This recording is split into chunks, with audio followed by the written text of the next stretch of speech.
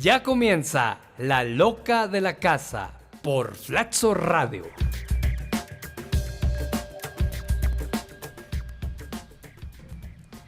Amigos que nos escuchan a través de la señal de Flaxo Radio, sean bienvenidos a una nueva edición de La Loca de la Casa.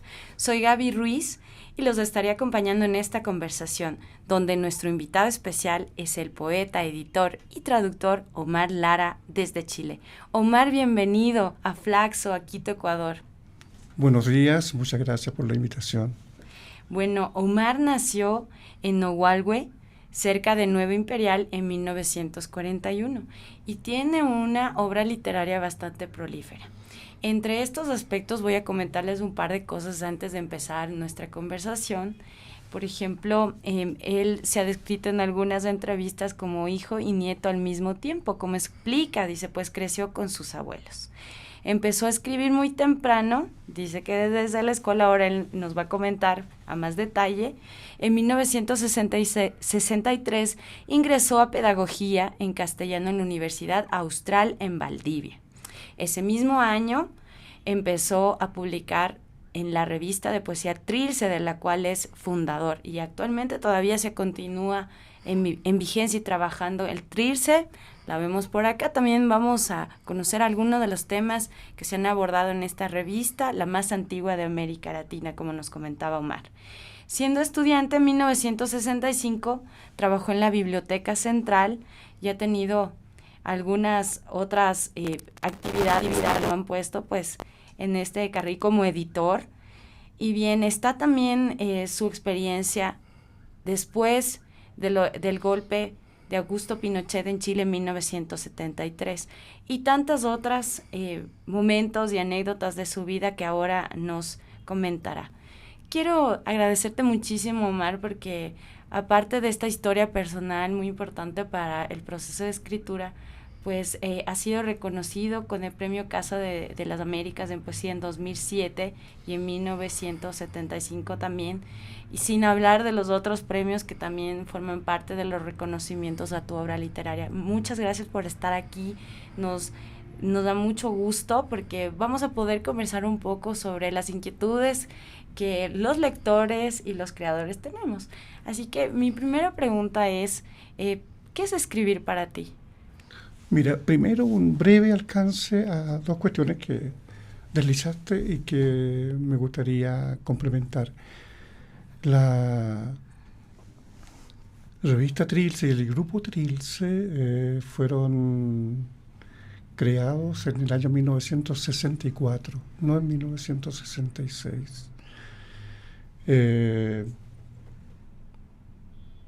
La pregunta es...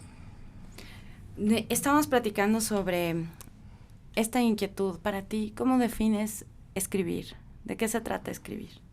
Bueno, es ya una actividad cotidiana. Te das cuenta que yo escribo desde los 12 o 13 años.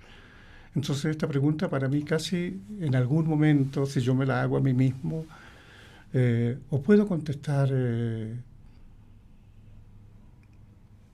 pluralmente de muchos modos, o puedo callarme, que es lo más aconsejable, creo yo, porque creo que hace parte de una cotidianidad, como te digo, que se instala dentro de mi quehacer diario, de mi quehacer prácticamente normal de comunicarme conmigo mismo, sobre todo en primer lugar, y de aprender a comunicarme con el otro a partir de aquellas disquisiciones que en torno mío hago a través de lo que quiere ser mi escritura.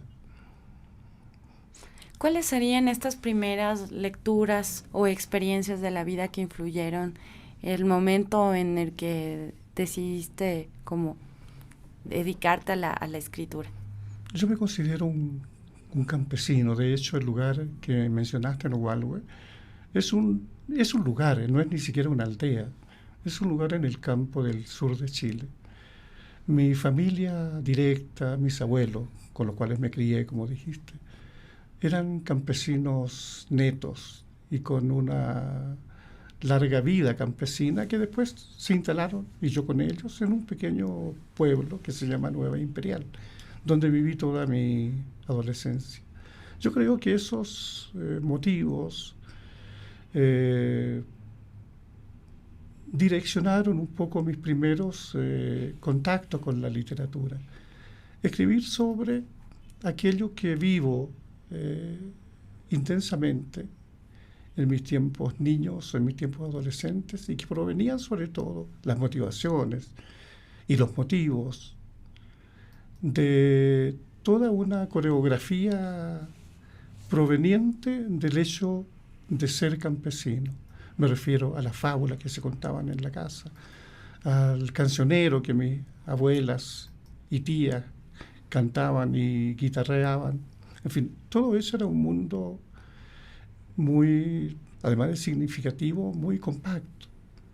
Yo creo que comencé a escribir sobre todo ateniéndome a esa circunstancia mía de mirar el mundo a través de una perspectiva de ser un campesino y de ser parte de una familia campesina y de un entorno que se nutría en esa vida diaria de las injerencias de ese mundo.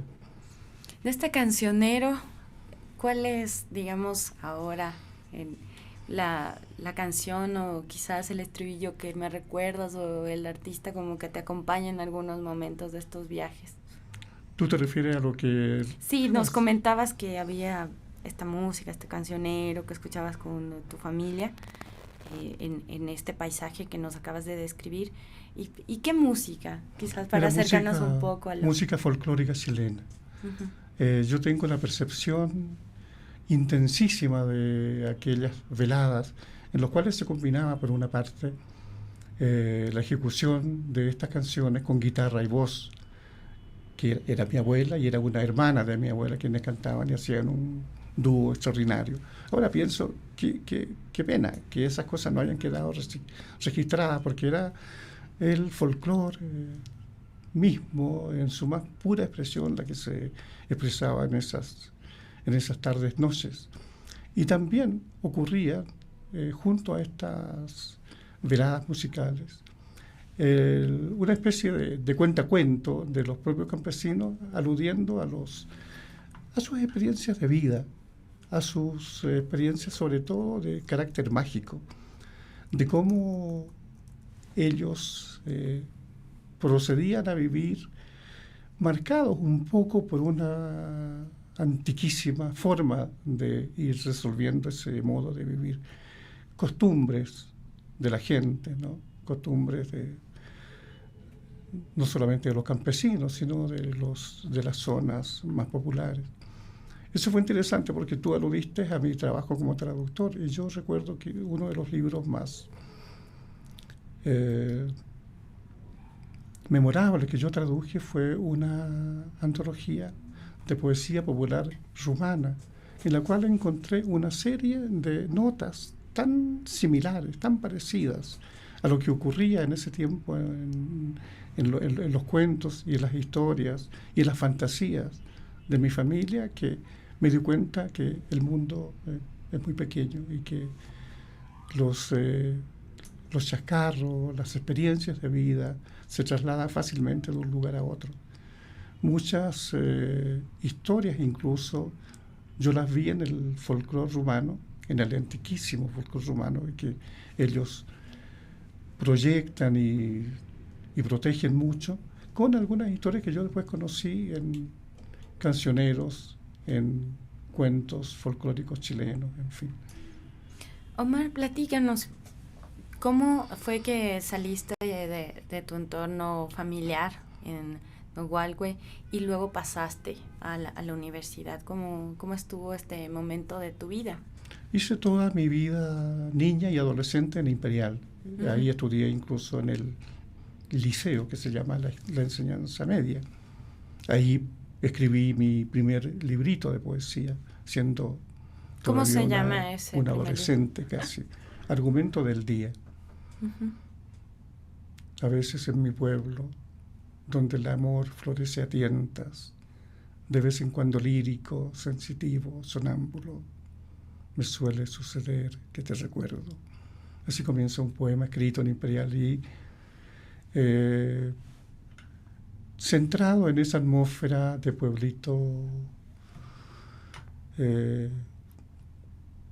casi desapercibido para uno que vivía una vida también un poco lejana. Pero después, en el recuerdo, esas cosas se hacen más fuertes y materiales. Bueno, de Imperial me fui a la universidad, pero a Temuco. 2 años estuve en Temuco, que es una ciudad ya mayor, la ciudad de Pablo Neruda, por ejemplo, y de otros grandes poetas chilenos, pero sobre todo de Neruda, que él mismo estudió en el liceo de Temuco, y desde ahí partía en sus accidentadas peregrinaciones en el tren que manejaba su padre, en el cual se iba a los lugares donde yo vivía, incluso, a Imperial, a Caragua, a Puerto Saavedra. Puerto Saavedra, que tiene el mar Pacífico más bravo que se pueda imaginar, y donde escribió incluso Neruda, disculpa que me vaya a este lado, una novelita que se llama El habitante y su esperanza, que yo recomiendo leer porque es extraordinario. Bueno, estuve en Temuco 2 años, y de Temuco me fui a Valdivia el año 64, perdón. Uh-huh. El año 64. El mismo año cuando se funda Trilce. Fundé Trilce llegando a Valdivia, el 25 de marzo de 1964, a las 5 de la tarde. Pronto aniversario de Trilce. Ah, claro. ¿Cuántos años? 57. 57 años de Trilce. Ahora estoy mostrando la portada de la revista número de su ejemplar número 37. Me cuentan que están en el 38. Y en el número 37 tenemos en la portada como título Madrazo en el corazón. Para quienes nos están viendo en el canal de YouTube pueden ver la imagen de este escritor. ¿Quién es quien se encuentra en la portada? Jorge Ariel Madrazo, un amigo queridísimo, un gran poeta y un escritor que estuvo en Quito el año pasado, creo, en el encuentro que organiza Javier Oquendo, Paralelo Cero. Él estuvo acá, donde dejó, estoy seguro, una gran huella, una impronta fuerte, porque era un hombre notabilísimo como ser humano y como poeta. Trilce es una revista de poesía, creación y reflexión. ¿Cómo ha sido esta aventura desde el 64, cuando nos estabas comentando que se fundó Trilce, apostarle no solamente a la edición de estos textos, sino también al empuje, ¿no? Lo que significa gestionar todo el camino de las publicaciones, y cuántos otros compañeros escritores han podido también encontrar en las páginas de Trilce el espacio para compartir su arte? Cientos o tal vez miles de poetas chilenos y extranjeros. De hecho, uno de los últimos números, el número 34 me parece, a propósito, y vuelvo atrás porque este año cumplimos 53 años, no 57. Bueno, el número 33 o 34 fue un número dedicado a la poesía de Ecuador, que lo presentamos en el Festival de Poesía Paralelo Cero. No recuerdo bien el año, pero fue el año que estuvo acá también como figura central el gran poeta Juan Gelman. Hubo homenaje a Juan, hubo también algo así como un saludo, homenaje a la revista Trilce, que acababa, me parece, de cumplir los 50 años, o estaba a punto. Bueno, ha sido una existencia azarosa, fantástica, desoladora, incomprensible. Como suele ser el oficio Es que a veces yo pregunto, recuerdo que hace unos años, y lo contaba ayer y ya lo escuchó Luis, pero lo repito, me invitaron a México a un congreso en Ciudad Juárez, y una mesa tenía el tema de revistas literarias hispanoamericanas. Y yo hablé de Trilce, tenía esa tarea. Y de pronto comencé a cuestionarme incluso, no solamente el estar ahí, porque a veces cuando estoy hablando de algo me digo, ¿y qué estoy haciendo acá? No quiero hablar, no me gusta hablar, en fin. ¿Qué año corría entonces en Ciudad Juárez? Hace 4 años, 5 o 6, pero ya estábamos próximos a los 50. Y yo me preguntaba eso, pero me pregunté también, ¿y por qué Trilce todavía? Y dije exactamente que me parecía casi obsceno, casi antinatural hacer que una revista durara 50 años. Me dije a mí mismo que no puede ser, no es justo, no es serio. Y en ese minuto decidí no sacar ningún número más de la revista. Pero como uno es un animal de contradicciones, ya a los 6 meses estaba preparando el otro número. Estaba planeando el siguiente ejemplar, es cierto. Y creo que voy a estar en mi lecho de muerte y diciéndole a algún amigo, pero mira, trata de corregir tal página que no funciona muy bien. En fin. El hombre es un animal de contradicciones y bueno, pienso otra vez en 1964, porque tiene un contexto especial, ¿verdad? Tantas cosas que ocurrían, pero el hecho de decidir estudiar la carrera de pedagogía y compaginar también estas otras vidas, por ejemplo, como escritor, como editor, ¿cómo la llevabas en ese momento, en esa juventud, Omar? Con mucha sorpresa, te das cuenta, yo seguía siendo un campesino. Cuando tuve la oportunidad de ir a la universidad, que fue una cuestión bastante casual, porque se instaló la Universidad de Chile en Temuco, era mucho más fácil ir a Temuco, que estaba a media hora de viaje, que ir a Santiago, a otros lugares. Para mí era muy difícil por muchas razones. Pero esto fue casi milagroso. Me fui a Temuco y ya a Temuco llegué con mi primer librito bajo el brazo. He tenido muchas complicaciones en mi vida, pero también he tenido mucha suerte. Porque un profesor mío de la universidad, hablando de todo, cuando yo le comenté que había escrito y que tenía lo que era, al parecer, un librito, que incluso con un título, Argumento del Día, que a mí todavía sigue sorprendiéndome, ¿no? Siempre me pregunto cómo es posible que me haya salido a los 17 años un título que a mí me gusta, me parece un título sugestivo, intenso incluso, en su simplicidad, ¿no? En su sencillez. Pero me ponía contento el título. Le comenté esto a mi profesor. Y mi profesor vio los originales y me dijo, ¿y qué vas a hacer con el libro? No sé, no puedo decir nada. Me dijo, vamos. Me subió a su auto y nos fuimos a una imprenta. Llegamos a la imprenta, él pidió la cotización por el libro. Ya dijo, ¿acepta 2 cheques? Sí, le dijo el imprentero. Y le hizo 2 cheques. Qué hermoso. Y al mes yo tenía mi primer humilde y luminoso librito. Así comencé mi trabajo. Claro, eso era un gesto tal vez engañoso para mí, porque las cosas no son tan fáciles, ¿no? Pero me pidió un ángel y me dio su bendición. Voy a Trilce.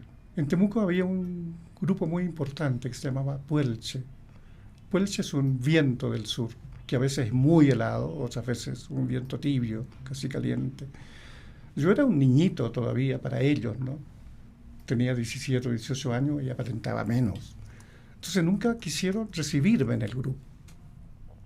Y eso a mí me molestó mucho. Indignado les dije, cuando me vaya a Valdivia, voy a crear mi propio grupo, al cual, como me decía Luis ayer, ustedes nunca podrán entrar. Bueno, hecho y hecho. Soy un hombre de decisiones. Llegué y fundé el grupo y la revista. Así comenzó esta aventura. ¿Y por qué Trilce? Tal vez me pregunte. Porque yo había leído ya mucho a Vallejo. Para mí César Vallejo era un ser emblemático como poeta, como ser humano, como parte de esta tremenda historia que es ser humano hispanoamericano.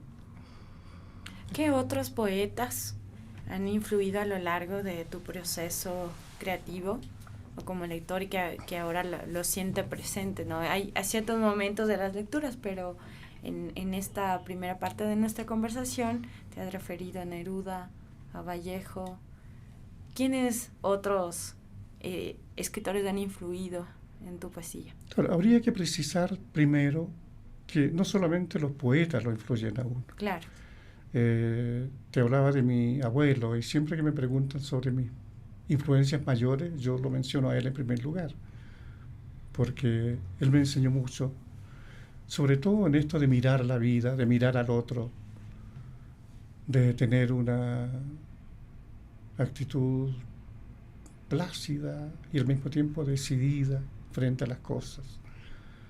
Porque la poesía se hace de las cosas y se hace de la experiencia y se hace de la vida, ¿no? Uh-huh.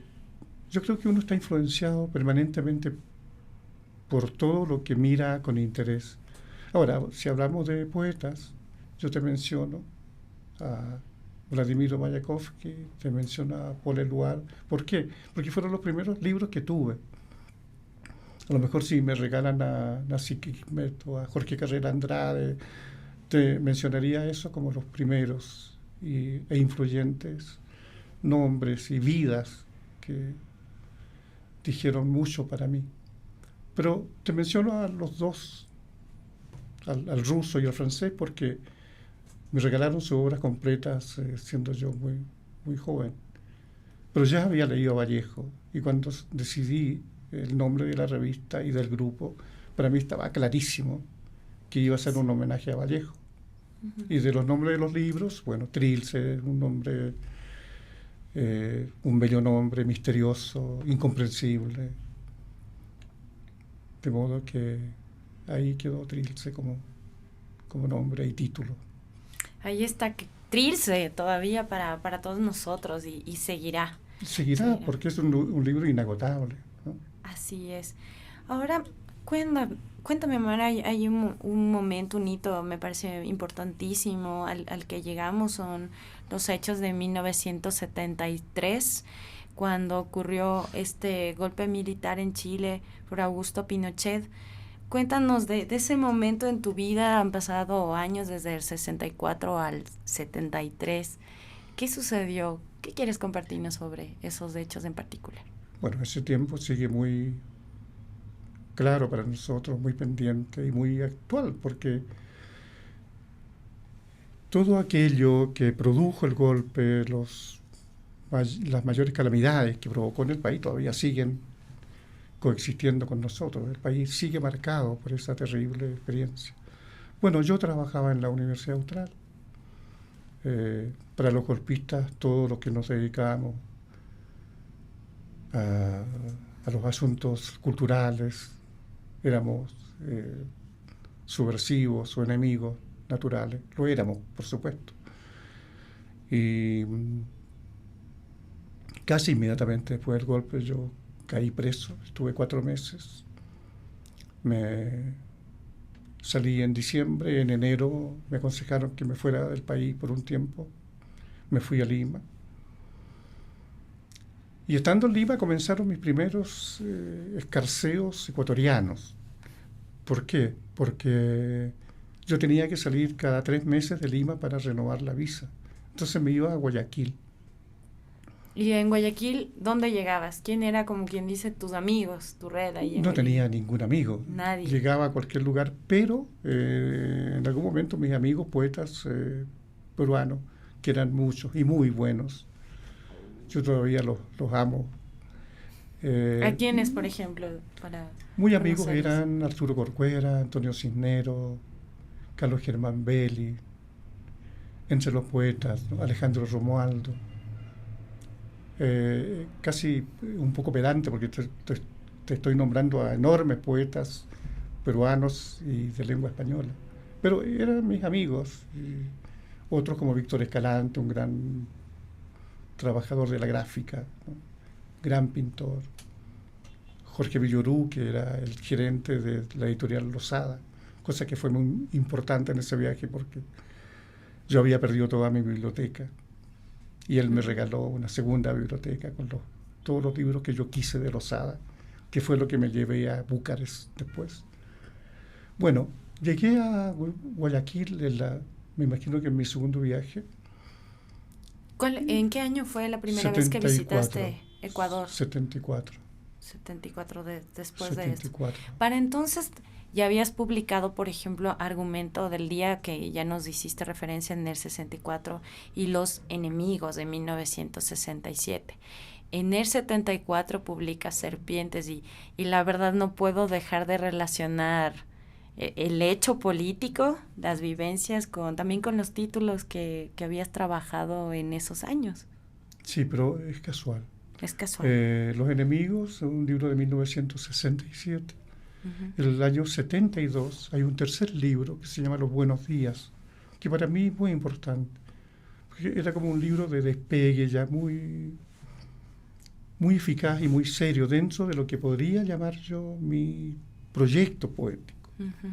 Eso fue el 72. El 74, claro, Serpiente, con dibujos de Juan León. Pero Serpiente ya estaba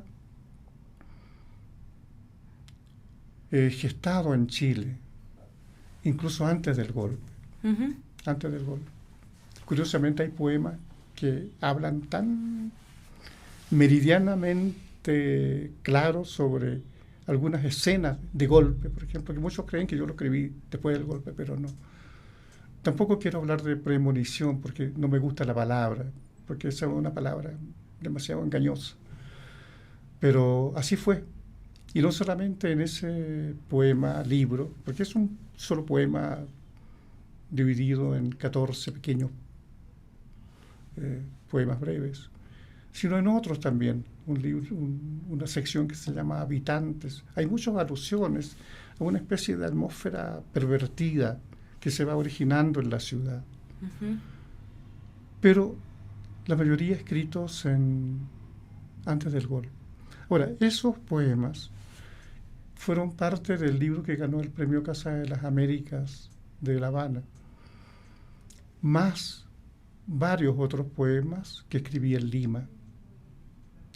Ese es el Premio Casa de las Américas de La Habana. El otro, el del 2007, se llama Premio de Poesía Americana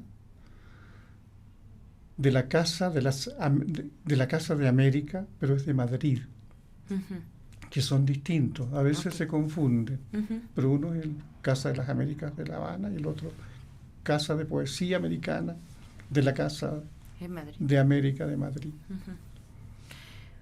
Ahora, precisando igual, porque queremos conocer también cómo fuiste viviendo este momento de tu vida. ¿Tú te dirías que eras cercano, por ejemplo, a la ideología, a la política de Salvador Allende?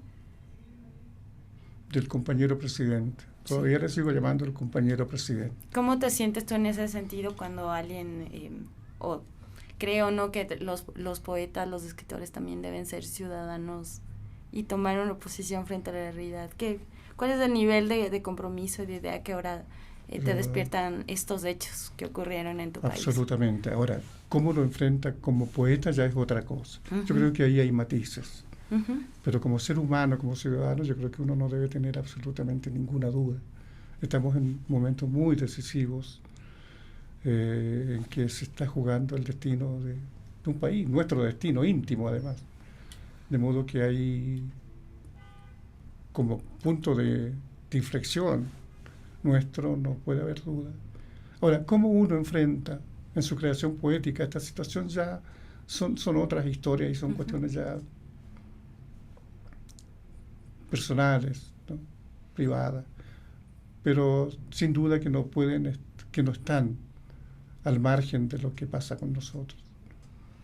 En 1975 fue tu trabajo premiado. Justamente ya nos comentabas con el premio de la Casa de las Américas de Cuba. Y tenemos un trabajo posterior, El viajero imperfecto, 1979, se relaciona a esta decisión del autoexilio. A veces le dicen mucho, tú, como comentaste, decidiste tomar ese consejo y viajar fuera de tu país. ¿Y por qué Rumania? Bueno, no es tan autoexilio.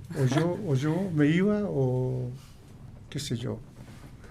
Entre medio confundieron mis datos, los datos de Omar Lara, con los datos de un dirigente campesino que se llamaba Luis Lara. Yo me llamo Luis Omar Lara. Pero todo ese currículum me lo cargaron a mí. Y fui condenado a 40 años de prisión en ausencia. De modo que, si me pilla en Chile esta historia macabra, no estaría contando esa historia. Entonces, no fue tan autoexilio. Todo exigía casi que me fuera. Pero siempre tuve la idea, el deseo de regresar en cualquier momento, al mes, a los 2 meses. Siempre estuve preparándome para regresar, pero no se podía por estas cosas. Y porque el pasaporte que teníamos ya estaba marcado, no podíamos regresar. Bueno, un segundo guiño ecuatoriano, el 75, porque ese año también fui jurado del Premio Casa de las Américas, o el 76. Bueno, 75, 76, creo que el 75, porque el premio ya había sido designado y a fines de año, bueno, 76 mejor digo. Mi compañero de jurado fue Julio Pasos, el gran poeta ecuatoriano, y desde ese momento mi gran amigo, ¿no? De modo que ahí tuve un segundo encuentro con el alma de este pueblo que para mí es tan cercano. ¿Qué te gusta de Quito o de Ecuador? Porque has viajado a diferentes lugares. ¿Qué es lo que más te gusta disfrutar ahora cuando vienes a Ecuador? Pensaba en antes cuando caminaba y le pregunté a alguien algo y pensé que en la amabilidad, en la parsimonia, en el apacible mirar de los ecuatorianos. Es que yo vivo en un país en que están todos los locos y las locas de la casa, ¿no? Un país bastante enfermo en ese sentido, en el sentido de las relaciones con el otro. Aquí me gusta eso, ese gesto tranquilo, amable. Puedo caminar por las calles de Quito, en Santiago es imposible. De modo que hay una gestualidad que me atrae mucho. Y además, como te digo, tengo muchos y muy buenos amigos. Una palabra complicada, amigo, pero yo la digo con todas las de la ley. Retomemos este viaje a Rumanía, no sé cómo prefieras tú decirle, pero ¿cómo fue que terminaste allí y no en algún otro país del mundo? Todavía se preguntan muchos amigos y también me lo pregunto yo. Yo estaba en Lima y había que irse de Lima, ¿no? Porque llegaban muchos chilenos y no era bueno que hubiese tantos chilenos establecidos en Lima, porque eso perjudicaba un poco la ayuda que el gobierno peruano le daba a los chilenos que huían del país para salvar sus vidas. Eran cosas bastante dramáticas, ¿no? No era un juego. Entonces, yo tuve alguna posibilidad de trabajar en Lima, pero no era fácil. De modo que llegó un momento en que alguien me dijo, mira, hay 2 o 3 países a los cuales puedes irte, porque había una oficina ACNUR de las Naciones Unidas que se ocupaba de nosotros. Me dijeron, hay 3 países donde puedes irte. Uno era Estados Unidos, otro era no sé cuál, y otro era Rumanía. Yo digo Rumanía porque los rumanos dicen Romanía, entonces acentúan la I, pero se dice de las 2 maneras sin ningún problema. ¿Y por qué dije yo Rumanía? Yo había conocido, también muy joven, Bulgaria, que es un país vecino a Rumanía, y me gustó Bulgaria. Me gustó porque es un país de campesinos, ¿no? Rumanía también es un país de campesinos. yo dije, bueno, me voy a Bucarest porque es una ciudad tranquila. Yo admiraba el hecho cuando caminaba por las calles de Sofía, por ejemplo, en la capital búlgara. Había muy pocos autos. La gente podía transitar tranquila. Muchos parques, muchos jardines. Eso me encantó. Y pensé que Rumanía era un país también parecido. Lo es, de hecho. Y además dije, prefiero irme a un país pequeño. Ujú. A Estados Unidos no, porque para mí en ese momento, todavía con el rencor del golpe, Ir al imperio, digamos. el imperio y el país que había propiciado el golpe, de alguna manera, entonces no me iba a ir a las fauces del enemigo. Y es interesante, ¿no? Se encuentran algunos paralelismos también en esta presencia tan fuerte del paisaje de tu niñez, de la vida familiar, y luego parecería que de alguna forma se hubiera encontrado otra vez en Rumanía. Y bueno, ¿cuántos años viviste en Rumanía? Sé que aprendiste el idioma y traduciste algunos trabajos. Cuéntanos un poquito de esta experiencia de vida en Rumanía. Nos hablaste de cómo te ha impactado el paisaje, cómo se encuentra vivo en ti. Y ahora quisiéramos que nos cuentes un poquito a qué te dedicaste en los 2 años, cómo sobrellevaste el exilio, pues la gente, de las actividades que realizabas en tu cotidianidad en Chile, porque no ha habido del otro exilio, ¿no? El del paisaje propiamente. Eso parece que está muy presente. Platícanos, Omar. Yo viví 7 años en Rumanía. Un poeta turco que vivió casi toda su vida en el exilio, Nazım Hikmet, tiene un gran libro que se llama Duro oficio, el exilio. Y en verdad es un durísimo oficio. Creo que es el peor castigo que puede recibir un ser humano. Y me dediqué mi trabajo en Rumanía fue el de traducir. No traduje algunos libros, traduje miles de páginas. Todavía yo creo que tengo miles de páginas que no han sido publicadas. No hacía otra cosa que trabajar en mis traducciones. Por lo demás, las editoriales rumanas pagaban muy bien. Así que era un aliciente no secundario. La cotidianidad. Éramos muchos chilenos ahí, de modo que podíamos activar ciertos centros de cercanía, de amistad. Pero siempre, casi todo, pensando un poco absurdamente en el regreso, pensando, como dicen de los españoles, que los españoles exiliados ya no tenían dedo pulgar, porque todos los días decían, pues este año regresamos, y ya el dedo se les había ido achicando. Entonces, nosotros estábamos, claro, esto es una especie de chiste, pero en nosotros también funcionaba. ¿Y cómo funcionaba? Incluso en cuestiones muy elementales, muy cotidianas. Nos negábamos a comprar utensilios de cocina, por ejemplo. ¿Para qué? ¿Para qué vamos a comprar ollas y sartenes? Si tenemos que irnos en cualquier momento y vamos a atiborrarnos de elementos que después no vamos a tener, ¿qué vamos a hacer con ellos? Cosas de ese tipo. Claro, llegó un momento en que yo creo todos asumimos el hecho que el exilio era una cuestión que estaba ya instalada. Yo te digo, mi exilio en Rumanía, sobrepasada esos momentos críticos que los tuve y muy intensos, fue un exilio amable. De hecho, mis amigos, mis compañeros de vida en el país fueron tal vez los mejores poetas que había en ese momento en el país. ¿Por qué? Porque yo trabajaba mucho con ellos y eso nos obligaba a juntarnos, a conversar, a saber cómo podía yo resolver cierto tipo de figuras que ellos practicaban en su escritura. Y eso nos acercó muchísimo. y entre ellos figuran todavía grandes amigos míos.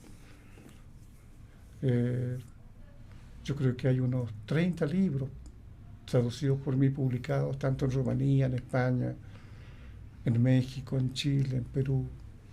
De hecho, bueno, solamente por mencionarlo, porque tenemos aquí el libro Voces de Porto Caliu. Porto Caliu. Esta edición me parece que es del 2002, es la tercera edición en México.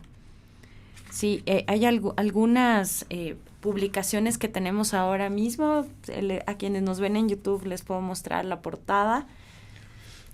Por ejemplo, el mensaje en esta edición, en la contraportada, dice: Omar Lara lleva una relación afortunada con la naturaleza, como atestigua su vasta obra poética, pero también con los objetos, que ceden su domesticada corporeidad a la intensidad orgánica del resto del entorno. La palabra da y cobra vida, misma palabra que cosifica cuanto vuelve nombrable y anima todo aquello que parece sin aliento. Palabra carne, palabra escudo, para proteger con algo el corazón, palabra madre, palabra aliento, palabra deseo, palabra cuerpo de mujer. Hay otras publicaciones que también me voy a permitir compartir con ustedes, por si tienen el gusto de leer la obra de Omar. La casa del poeta no tiene llave, la poesía de Omar Lara, publicada en Círculo de Poesía, que más tarde le vamos a pedir que nos comparta la lectura aquí en vivo. Este es de la edición, es del 2011, y una publicación más, esta es más reciente, tiene una portada hermosa también. Los niños de Concepción pintan la poesía de Omar Lara. Qué maravilloso proyecto. Así que estoy abriendo, es un libro grande, amplio, con las imágenes de los niños, maravilloso, del 2015. Esto solamente lo podemos encontrar en Chile. Sí. Lindísimo. Y bueno, yo también quiero preguntarte, en todo este recorrido, los momentos vividos, ¿has sido solo? ¿Has hecho familia? ¿Has hecho compañeros, amigos? Nos queda claro que sí, por los procesos de exilio y movimiento, estas trayectorias en Sudamérica y en Europa. ¿Cómo has sobrellevado también de forma personal tu vida, la compañía? Bueno, seguramente por eso la he sobrellevado. A Rumanía me fui con mi familia, mi señora y 4 hijos pequeños. En Bucarest nos nació una hija, así que me fui con 4 hijos y regresé con 5. Como te decía, mi exilio en Rumanía, en Bucarest, fue amable. Fue un tiempo de mucha intensidad, mucho crecimiento. Un crecimiento, claro, en algunos momentos a golpes, pero con un resultado que al final justificaba bien todos estos avatares. Es que era imposible no enfrentarse de repente con situaciones muy críticas que tenían que ver con uno mismo, pero también tenían que ver con otros compañeros que sufrían algunas tragedias. Yo creo que nunca los psicólogos de algún país tuvieron más trabajo que cuando estaban los chilenos en esos países, ¿no? Mucha depresión, muchas vidas, muchas familias destruidas.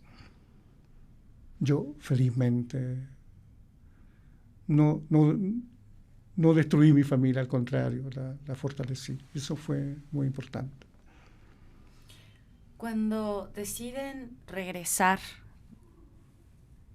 ¿a dónde regresas, Omar? Porque uno tiene una idea del país que dejó, del lugar de donde se fue, pero cuando deciden regresar, ¿a dónde regresas, Omar?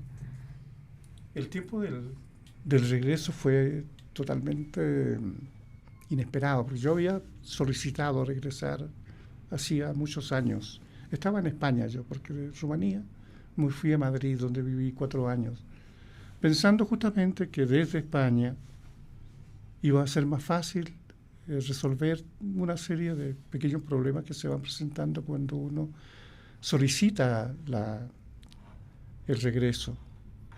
Primero, que le cambien el pasaporte, que le eliminen de sus páginas algunas indicaciones secretas, pero que era muy claro que impedían el viaje de regreso a muchos de nosotros. Tu pregunta es muy, muy compleja porque se abren muchas perspectivas de respuesta. Claro, regresé a Chile, pero no regresé a Chile. Regresé a un Chile desconocido, ¿no? Y yo creo que, por lo menos yo, y lo he conversado con muchos amigos que regresaron más o menos en ese tiempo, volvimos para vivir y sufrir otro tipo de exilio, porque el país que nos recibió no tiene nada que ver con el país que dejamos. ¿Regresé a dónde? Regresé a una ciudad que se llama Concepción.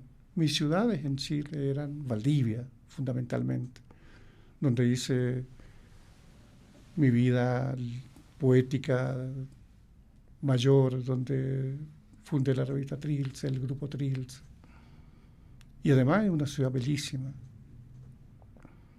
Pero no podía volver a Valdivia por razones que no tiene sentido explicar. Pero como decía el poeta John Donne, demasiada realidad había en esos lugares. Santiago nunca me gustó. Huyo de Santiago. De hecho, nunca lo visito. Temuco era la otra posibilidad. Pero en Concepción teníamos algo que el exiliado pierde definitivamente. El concepto de familia. Si eres un exiliado, los niños no saben lo que es tener un primo, un tío, un abuelo, una tía. Y en Concepción estaba eso. O sea, de mi familia, sinceramente, nadie quería regresar, porque en España estábamos bien, eran buenos alumnos.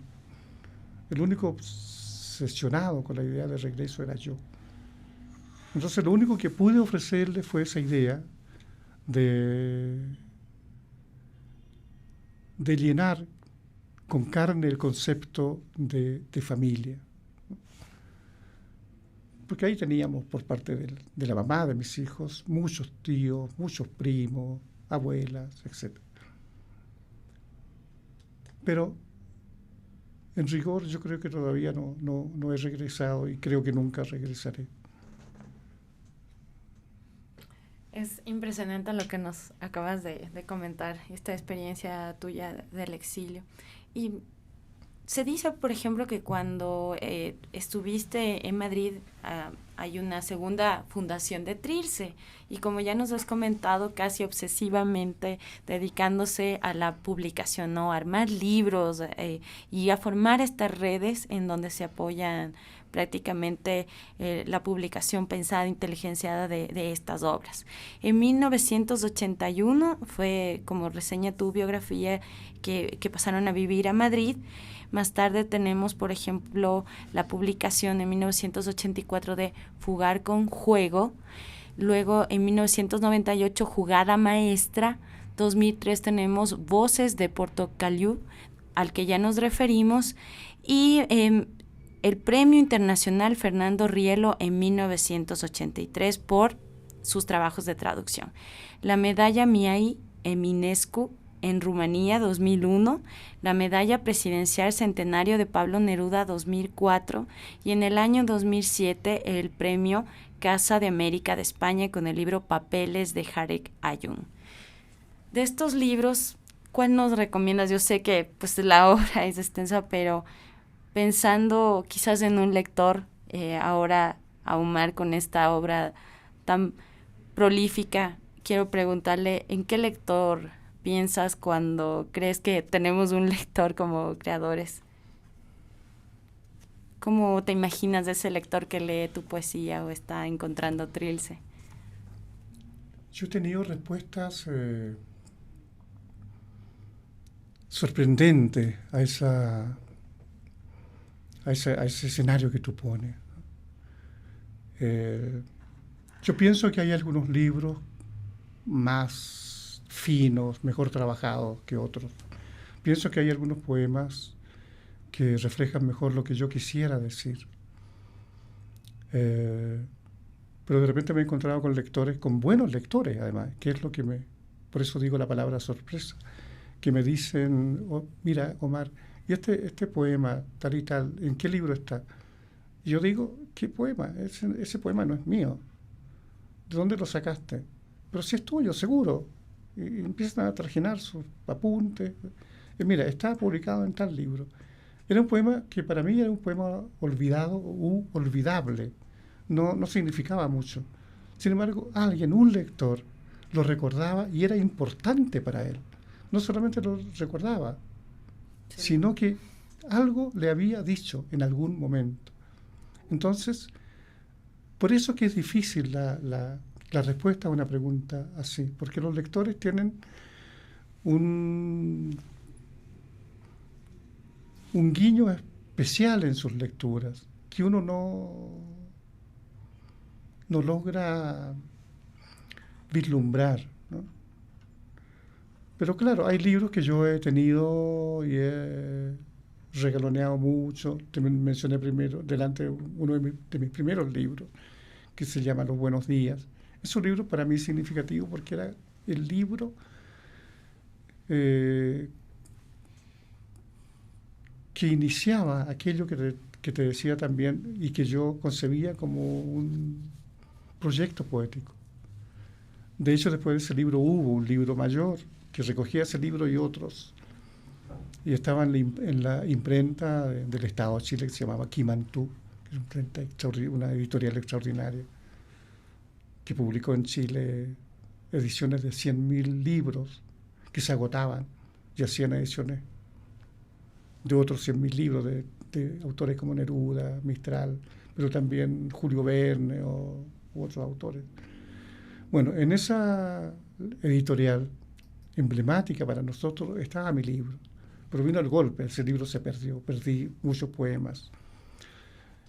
Ese libro era una continuidad casi lógica de ese libro, Los Buenos Días, de modo que me perdí una parte de mí mismo, ¿no? Con ese extravío, con ese libro que se rompió después del golpe, porque eso todo lo masacraron. También me interesa este libro, Voces de Portocaliu, que es un libro que comencé a escribir o a pensarlo, creo que estando ya en Rumanía. Pero lo que comentaba ayer con Luis, a propósito de este libro, cuando un editor me dice, Omar, quiero publicar tu libro, Voces de Portocaliu, que era el editor de la Universidad de Concepción, publiquémoslo este mismo año. Entonces yo quedé mudo, seco y tieso, porque el libro no existía, de alguna manera. Yo había hablado mucho del libro, hablaba del libro Voces de Portocaliu como un libro poco menos que ya hecho, ¿no? Pero lo que yo había hecho era vivir Voces de Portocaliu. Era un libro vivido por mí. Portocaliu es un lugar. Yo conocía esos lugares, me iba a los bares de Portocaliu, a la plaza. ¿Dónde queda Portocaliu? En mi cabeza nomás por ahora. Quiero leerles un poema, Sábado en Portocaliu. A propósito de lo que nos está comentando Omar, a sola sierra. La historia se detuvo en la puerta de las ciudades de miseria, bocas quemadas por el silencio, cuerpos sitiados en el vacío, polvo de huesos en el aire. Hace frío en Portocaliu, un frío de sábado solo. Los jóvenes desesperados bailan solos y desesperados, una música desesperada. Hace frío en Portocaliu. Después de la lluvia, las calles caminan al bosque sagrado. Adiós ángeles y milagros, adiós relojes detenidos. En los relojes detenidos están los signos de otros sueños, las sombras irrecuperables. La historia no deja pasar el suave pelaje de los sueños. Los sueños no tienen destino, son como un sábado en el aire. La historia es todavía ajena, no sabe muertes ni abandonos, no sabe de lúgubres casas llenas de noches y quejidos. Son muy extrañas esas cosas que a veces tomamos por ciertas, y hay verdades aborrecibles en el pozo de la memoria. Son como vidrios empañados. Pero alguien limpia los vidrios del mirador que da a tus ojos y atisbamos o quisiéramos. Y la noche se mira en nosotros, desvergonzadamente desnuda. Qué hermoso. Leíste muy bien. Te voy a pedir que hagas un disco con mis poemas. Es hermoso ese poema.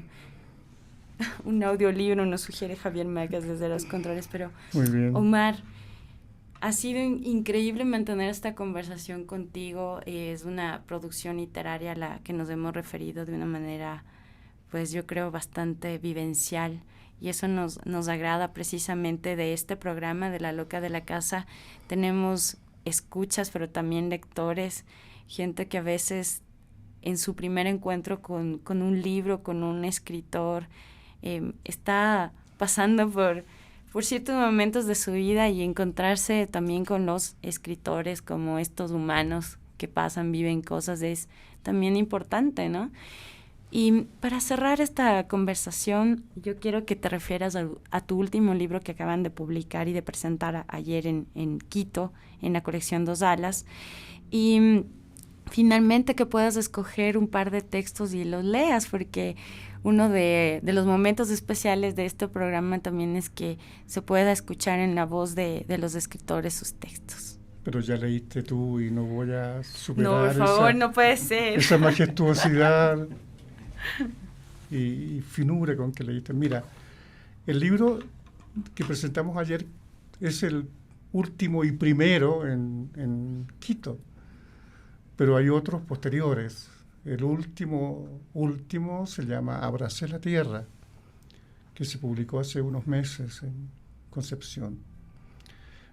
Pero de este libro de ayer, que me trae toda una singular conmoción y emoción, tiene la gracia, por una parte, que se publicó en Ecuador, por otra que lo hizo un gran amigo mío, Javier Oquendo, por otra junto a una poeta que conocí ayer, pero que me fascinó con su frescura y su intensidad.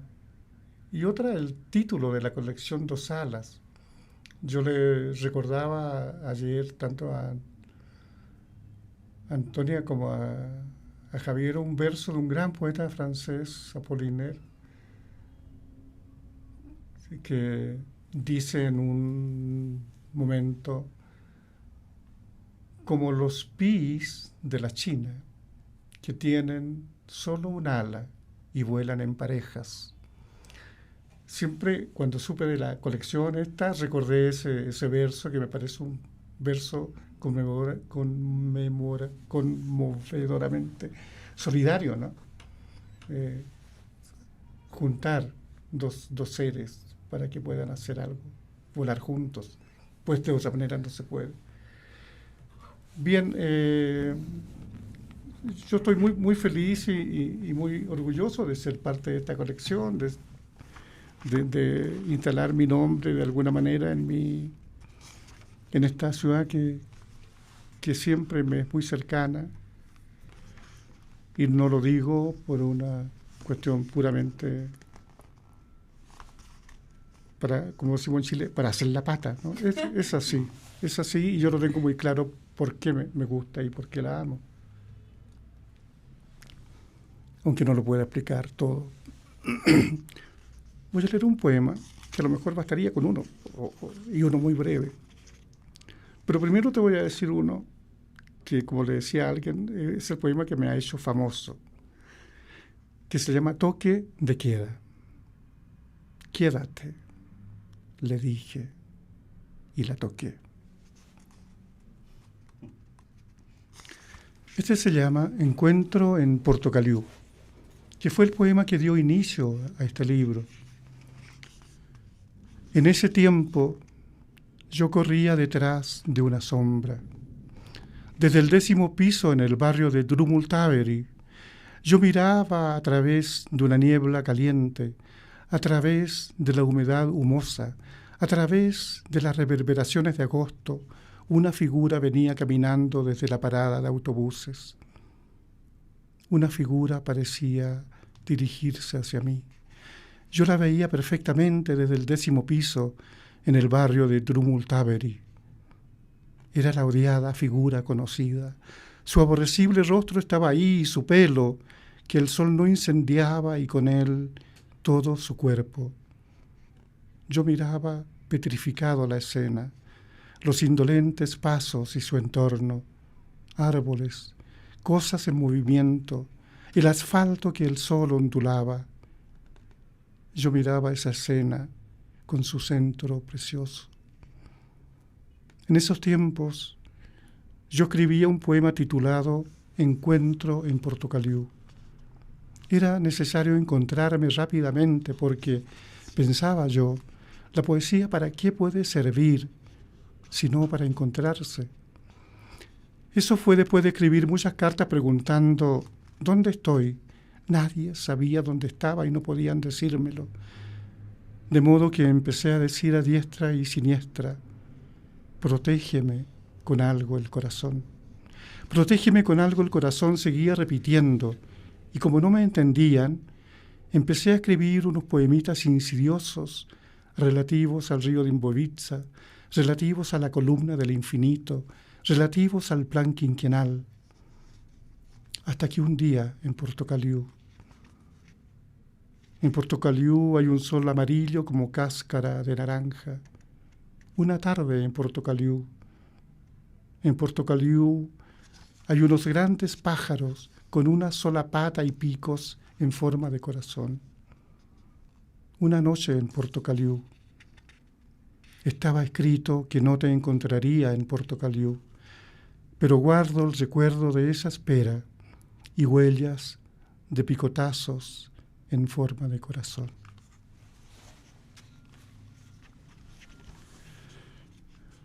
Pequeño diario, sé lo que eres, un remolino vaciándose en sí mismo, una copa de flores y silencios, un puñal de aire helado, un aleteo, un sismo, una ventana. Ay, si supiera que eres. Muchísimas gracias al poeta chileno Omar Lara, que estuvo de visita en esta edición de La Loca de la Casa. Y quiero también enviarle un saludo, un abrazo a todos nuestros amigos que nos escuchan siempre, pero hoy en especial a nuestros amigos desde Chile, que han sido ya varios escritores que nos han visitado acá. También un abrazo muy, muy cariñoso para todos quienes se animan a cruzar las fronteras, no solamente a pie, tomando un buque, yendo en avión, sino cuando abren un libro, cuando deciden platicar con las personas que tienen junto a ellas. Así que esto fue un especial. Gracias, Omar. Quisiera que te despidas quizás en rumano, para que también te puedan escuchar y otras personas que nos pueden sintonizar a través de Flaxo Radio. Tenemos nuestro podcast y canal. Así que eso sería lindo para finalizar. Muchísimas gracias por estar aquí. Yo me sumo al abrazo que tú extendiste a tus amigos y me despido. La revedere, draga prietena, sa ne vedem en current. Gracias, Omar. Soy Gaby Ruiz, encantada de tener estas conversaciones y dejar que La Loca de la Casa se apodere un momento de nuestras vidas. Sigan en nuestra sintonía. Gracias a Javier Macas en los controles y a todos ustedes que nos escuchan.